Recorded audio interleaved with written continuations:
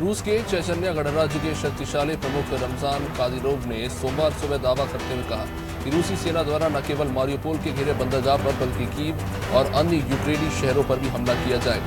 उन्होंने कहा कि ये हमला पहले से कई गुना ज्यादा आक्रामक होगा और कीव शहर को पूरी तरह से कब्जे में लेने की कोशिश होगी।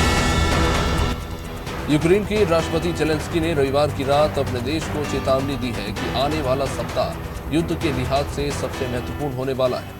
जेलेंस्की ने अपनी रात के संबोधन में कहा कि रूसी सैनिक हमारे राज्य के पूर्व में और भी बड़े अभियानों की ओर बढ़ेंगे, इसलिए हमें इनका डटकर मुकाबला करना है।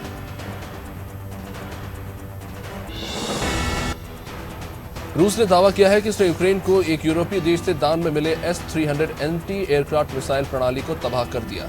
रूस के रक्षा मंत्रालय ने कहा कि हमारी कैलिबर मिसाइलों ने रविवार को 4 S-300 लॉन्चर्स नष्ट कर दिए हैं जो यूक्रेन के डिनिप्रो शहर में तैनात किए गए थे। आपको बता दें कि स्लोवाकिया ने बीते शुक्रवार को ऐलान किया था तो यूक्रेन को ये मिसाइल प्रणाली उपलब्ध कराई। यूक्रेन के राष्ट्रपति वोलोदिमीर जेलेंस्की ने सुबह दक्षिण कोरिया की संसद को संबोधित किया, जहां उन्होंने कहा कि मारियोपोल पूरी तरह बर्बाद हो चुका है। हजारों लोग मारे गए हैं। यूक्रेन में 300 अस्पताल तबाह हो चुके हैं। उन्होंने कहा कि इसके बाद भी रूस अपने अपराध रोक नहीं रहा।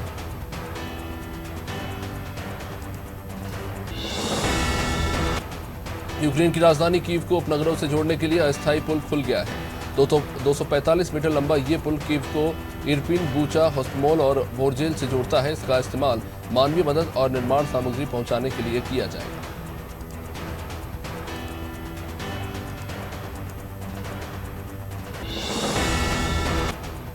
यूक्रेन की मानवाधिकार लोकपाल ल्यूडिमिला डेनिसोवा ने दावा किया कि दोनेस्क के वोल्नोवाखा में रूसी सैनिक बच्चों को स्कूल जाने के लिए मजबूर कर रहे हैं।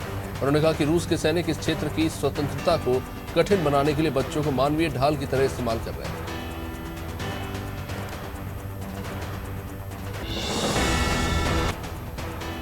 यूक्रेन में युद्ध के दौरान रूस के 20% से अधिक सैनिक मारे जा चुके हैं, जिनमें 10 कर्नल, 20 लेफ्टिनेंट कर्नल, 31 मेजर और 155 जूनियर अधिकारी शामिल है। जानकारी मिल रही है कि रूसी मीडिया से जानकारी मिली है कि यूक्रेन में मारे गए 1083 रूसी सैनिकों की पहचान की पुष्टि अभी तक हो पाई। भ्रष्टाचार के मामले में देश से पलायन कर चुके नवाज शरीफ सरकार गिरने के बाद वापस पाकिस्तान लौट सकते हैं।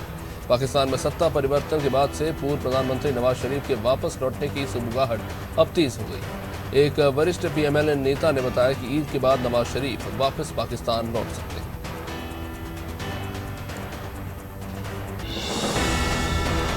इमरान खान के समर्थन में सिर्फ पाकिस्तान ही नहीं, लंदन में भी प्रदर्शन चल रहा है और इसका एक वीडियो भी सामने आया है जिसमें कई सारे लोग भावुक होकर अपनी बात रखते दिखाई दे रहे हैं। इस वीडियो को ट्विटर पर PTI आज़ाद कश्मीर हैंडल से पोस्ट किया गया था, जिसमें महिला ये कहती हुई दिखाई दे रही है कि एक अपराधी को देश का शासक बनाया जा रहा है। पाकिस्तान में इमरान के समर्थन में चौकीदार चोर है के नारे लगे। जानकारी मिली है कि पाकिस्तान के पंजाब प्रांत में लाल हवेली पर प्रदर्शन के दौरान ये नारे सुनाई दिए। इमरान के समर्थकों ने सेना को चौकीदार कहकर संबोधित किया। इसके बाद पूर्व मंत्री शेख राशिद लोगों से सेना के खिलाफ नारेबाजी न करने की अपील करते नजर आए।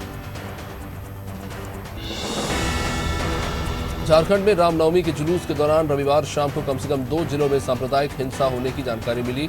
SDM अरविंद कुमार लाल ने बताया कि पथराव और आगजनी की घटनाओं के चलते लोहरदा जिले के हिरही गांव में धारा 144 लगानी पड़ी है।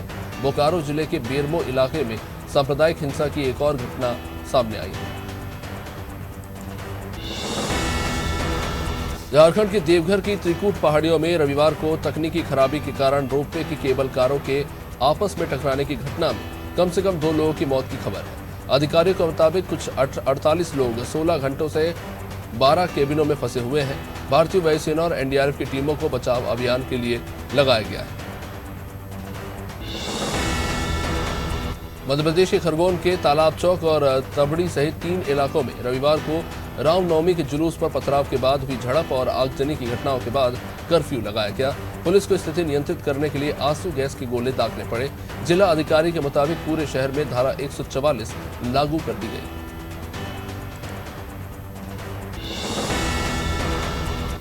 RTI के तहत अस्पतालों द्वारा जारी सूचना के अनुसार दिल्ली के 4 प्रमुख सरकारी अस्पतालों में हर महीने 16 महिलाओं की प्रसव के बाद मौत हो जाती है। इस जानकारी के अनुसार जनवरी 2015 से सितंबर 2021 के बीच एम्स दिल्ली राम मनोहर लोहिया अस्पताल, सफदरगंज अस्पताल और सुचेता कृपलानी अस्पताल में प्रसव के बाद 1281 प्रसूताओं की मौत। लखीमपुर खीरी में एक लाइनमैन ने जेई पर ट्रांसफर के बदले पैसे मांगने और पति को एक रात के लिए उसके पास भेजने के लिए कहे जाने का आरोप लगाते हुए खुद को आग लगाई। इलाज के दौरान लाइनमैन की मौत हो गई और मामले में जेई को निलंबित कर दिया गया।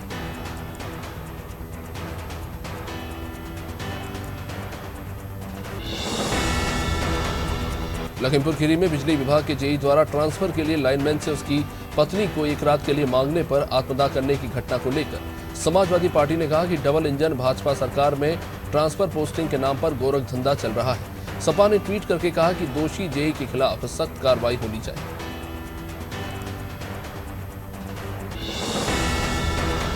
कांग्रेस नेता मल्लिकार्जुन खड़गे से नेशनल हेराल्ड मामले से जुड़े मनी लॉन्ड्रिंग जांच में ईडी पूछताछ कर रही है। गांधी परिवार समेत कई कांग्रेस नेताओं पर इस भ्रष्टाचार मामले की जांच सालों से चल रही है। गौरतलब है कि इसमें यंग इंडियन प्राइवेट लिमिटेड द्वारा एसोसिएटेड जर्नल्स लिमिटेड के अधिग्रहण में धोखाधड़ी, साजिश और आपराधिक विश्वासघात का आरोप लगाया गया है।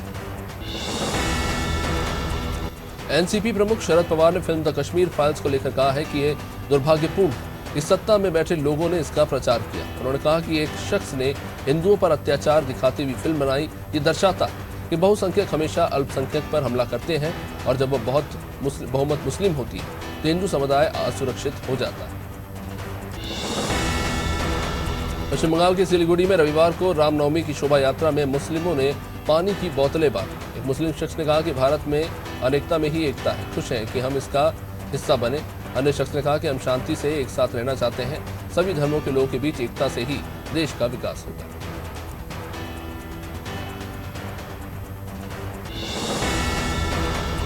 गुजरात के भरूच में सोमवार तड़के एक केमिकल फैक्ट्री में धमाके के कारण 6 मजदूरों की जान चली गई।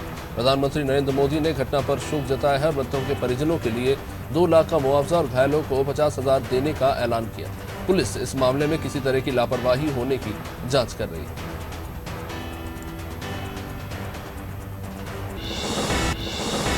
जेएनयू में हंगामे को लेकर अलग अलग बयान सामने आ रहे हैं। एबीवीपी नेता उमेश का कहना है कि नॉन वेज को जो मुद्दा बनाया जा रहा है वो असल में कोई मुद्दा नहीं है। असल मुद्दा रामनवमी की पूजा और हवन कार्यक्रम रोकना था। उनका हिंदू त्योहारों पर हमला करने का एजेंडा था। जबकि जेएनयू स्टूडेंट यूनियन की पूर्व उपाध्यक्ष और पीएचडी स्टूडेंट सारिका ने समाचार एजेंसी को बताया कि नॉनवेज खाने पर बैन के उनके प्रयास का विरोध करने पर एबीवीपी ने जमकर हंगामा किया। जेएनयू नॉनवेज खाने को लेकर विवाद के बीच हिंदू महासभा के अध्यक्ष स्वामी चक्रपाणी ने सरकार से जेएनयू का नाम बदलने की ही मांग कर डाली। उन्होंने एक पत्र में कहा कि जेएनयू का नाम बदलकर वीर सावरकर होना चाहिए। आपको बता दें कि ये पत्र केंद्र सरकार के गृह राज्य मंत्री नित्यानंद राय के नाम पर लिखा गया है।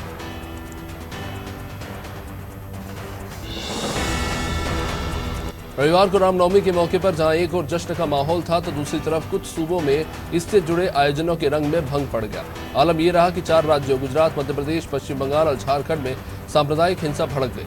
बीजेपी शासित गुजरात में इस दौरान एक व्यक्ति की जान चली गई, जबकि मध्य प्रदेश में 3 इलाकों में कर्फ्यू लगाना पड़ा। सऊदी अरब सरकार ने 2022 में होने वाली हज यात्रा को कुछ नियमों के साथ मंजूरी दे दी है। इस साल कोरोना के प्रतिबंधों में ढील देते हुए यात्रियों की संख्या में भी इजाफा किया गया है। हालांकि इस बार हज यात्रा की इच्छा रखने वाले 65 साल से ऊपर के बुजुर्गों को सऊदी सरकार ने निराश किया। ये लोग अब इस बार आवेदन नहीं कर सकते। लखीमपुर खीरी मामले में एक और गवाह पर हमला हुआ। पंजाब और हरियाणा हाईकोर्ट के वकील रमन ढांका ने ट्वीट करते हुए गवाह हरदीप सिंह की फोटो पोस्ट की, जिसमें वो जख्मी हालत में नजर आ रहा है। रमन ढाका के ट्वीट के मुताबिक बिलासपुर के रहने वाले हरदीप पर हमला करने वाले लोग भारतीय जनता पार्टी के।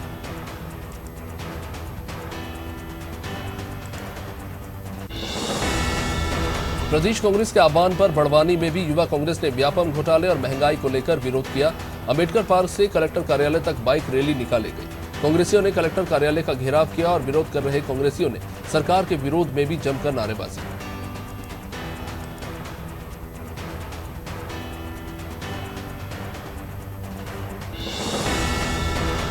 मटियागढ़ थाना अंतर्गत हाई स्कूल के पास 6 साल की एक मासूम सड़क पार करने के दौरान बाइक की चपेट में आ गई। सड़क से गुजर रही तेज रफ्तार एक बाइक ने जोरदार टक्कर मार दी। इससे मासूम बुरी तरीके से घायल हो गया, जिसे प्राथमिक उपचार के बाद जिला अस्पताल रेफर किया गया।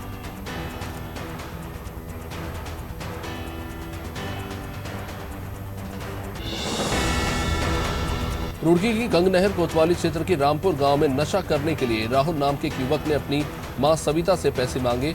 मां ने पैसे देने से इनकार कर दिया तो नशे के आदी राहुल ने घर में झगड़ा किया और तोड़फोड़ शुरू कर दी और बाद में गैस के सिलेंडर से घर में ही आग लगा दी, जिस कारण घर में रखा बेड, फ्रिज, गैस और चूल्हे से लेकर तमाम सामान जलकर राख हो गया। मसूरी भाजपा मंडल द्वारा मसूरी नगर पालिका अधिशासी अधिकारी यूडी तिवारी को ज्ञापन देकर नगर पालिका के अधीन आने वाली सड़कों को दुरुस्त करने के साथ साथ मसूरी के खस्ताहाल शौचालयों को ठीक करने की मांग की गई। वहीं मसूरी नगर पालिका द्वारा संचालित बंद पड़ी हुई सिटी बस को भी जल्द से जल्द संचालित करने की मांग की गई।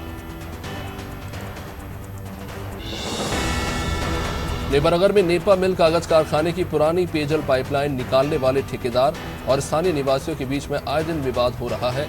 दुकानदारों ने इकट्ठा होकर ठेकेदार का विरोध किया।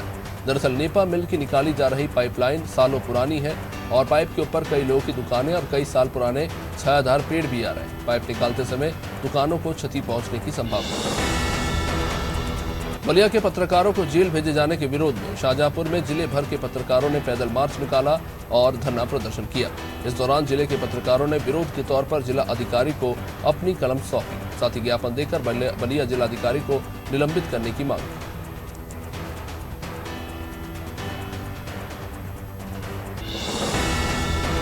शुजालपुर में विश्व हिंदू परिषद के कार्यकर्ता द्वारा भव्य शोभा यात्रा निकाली गई, जिसमें भगवान राम की झांकी बनाकर सिटी से लेकर मंडी में विश्व हिंदू परिषद के कार्यकर्ता द्वारा झांकी का पथ संचलन निकाला गया, जिसमें विश्व हिंदू परिषद के राष्ट्रीय अध्यक्ष डॉक्टर RN सिंह और विश्व हिंदू परिषद के कई बड़े पदाधिकारी मौजूद रहे।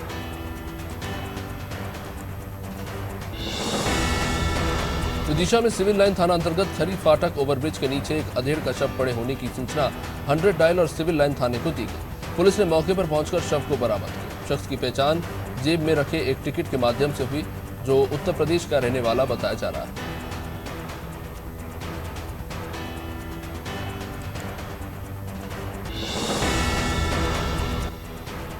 मध्य प्रदेश में पुलिस भर्ती परीक्षा को लेकर गड़बड़ी की आशंका जताई जा रही है, जिसके बाद से प्रदेश में जमकर राजनीति हो रही है। व्यापम में गड़बड़ी के अनोखे तरीके से विरोध करते हुए भोपाल में युवा कांग्रेस के कार्यकर्ताओं ने प्रदर्शन किया और गधे को च्यवनप्राश खिलाया।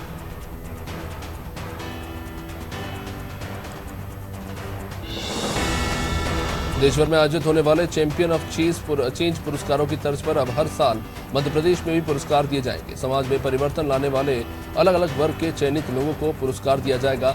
भोपाल के कुशाभाऊ हॉल में मंगलवार को champion of change Madhya Pradesh का आयोजन होगा।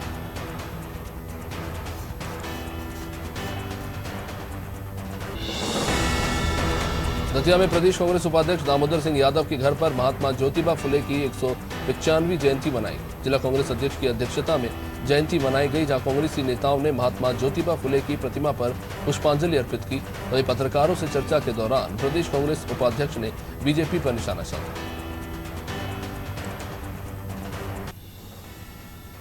निंडोरी में अवंतीबाई चौक पर युवा कांग्रेस ने भाजपा सरकार के विरोध में हल्ला बोल कार्यक्रम का आयोजन किया और शिक्षक भर्ती से जुड़े मांगों को लेकर राज्यपाल के नाम तहसीलदार को ज्ञापन सौंपा।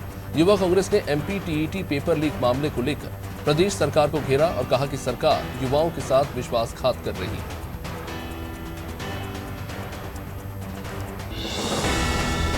यूपी के एटा जिले के मलावन क्षेत्र में दिन दहाड़े लूट की झूठी सूचना देने वाले युवक को पुलिस ने गिरफ्तार किया है और कब्जे से 2,48,000 रुपए जब्त किए।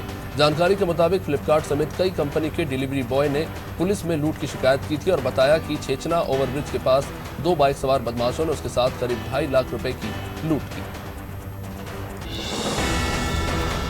गुना में जिला युवा कांग्रेस कमेटी ने नगर पालिका के पास धरना दिया, जिसके बाद कांग्रेस कार्यकर्ताओं ने राज्यपाल के नाम कलेक्टर को ज्ञापन दिया। ज्ञापन कार्यक्रम के दौरान एक युवक ने उत्पात मचाने की कोशिश की तो पुलिस के साथ उसकी झूमा झटकी भी हो गई। कांग्रेस कार्यकर्ताओं को पकड़कर बाद में पुलिस ले गई।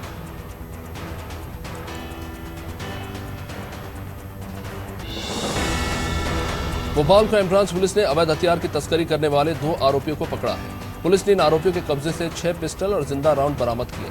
पुलिस ने सूचना के आधार पर मिसरोद के 11 मील रोड से 3 आरोपियों को पकड़ा है, जिनके मुताबिक आरोपी पिस्टल और हथियार झांसी से लाते थे और 20 से 25,000 रुपए में भोपाल के आसपास के जिलों में बेचा करते थे।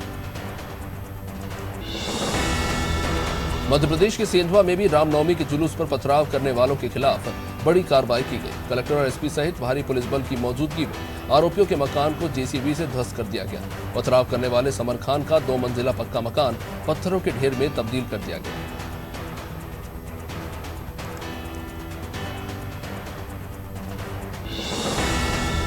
मैनपुरी से रिश्तों को शर्मसार करने का ये मामला है, जहां नगला पजावा मोहल्ले में जमीन विवाद के चलते एक भतीजे ने अपने ही चाचा पर फावड़े से वार करके हत्या कर दी। घटना की सूचना पर पुलिस वहां पहुंची और शव को पोस्टमार्टम के लिए भेजा गया।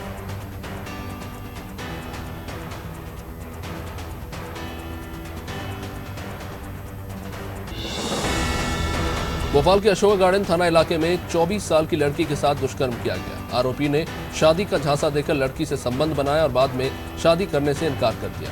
आरोपी युवक ने बाद में दूसरी सगाई भी कर दी। पीड़ित युवती ने जिसके बाद पुलिस से मामले की शिकायत की। फिलहाल आरोपी की गिरफ्तारी नहीं हुई।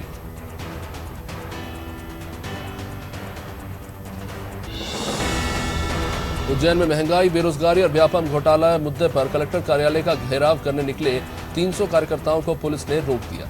बैरिकेडिंग तोड़कर कार्यालय में जाने की कोशिश करने वाले कार्यकर्ताओं पर पुलिस ने हल्के बल का प्रयोग किया।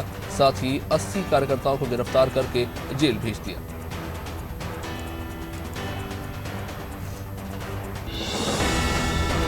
उन्नाव में मृत जानवरों और उनकी हड्डियों का कारोबार तेजी से फल फूल रहा है। जिम्मेदार मौन धारण किए हुए हैं। मामला है दही चौकी इंडस्ट्रियल क्षेत्र का, जहां एलेन कूपर शोरूम के सामने और इडिग्रो फैक्ट्री के डंपिंग जोन के पास प्लांटों में हड्डियों का ढेर पड़ा मिला, जिससे प्रदूषण भी फैल रहा है और बीमारी फैलने का भी खतरा है।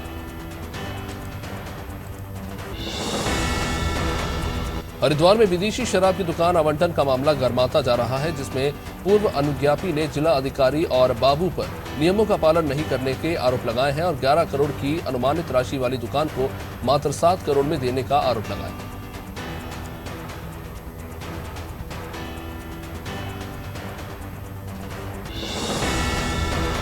पूर्व सीएम उमा भारती सोमवार को रायसेन जिले के सोमनाथ मंदिर पहुंच गई, जहां उन्होंने मंदिर के बाहर ही अभिषेक किया। इस दौरान 5 पंडितों ने भी अभिषेक कराया। वहीं कलेक्टर, एसपी, डीआईजी समेत पुलिस बल भी वहां मौजूद रहा। उमा भारती ने कहा कि हम मंदिर का ताला खुलवाना चाहते हैं, तोड़ना नहीं।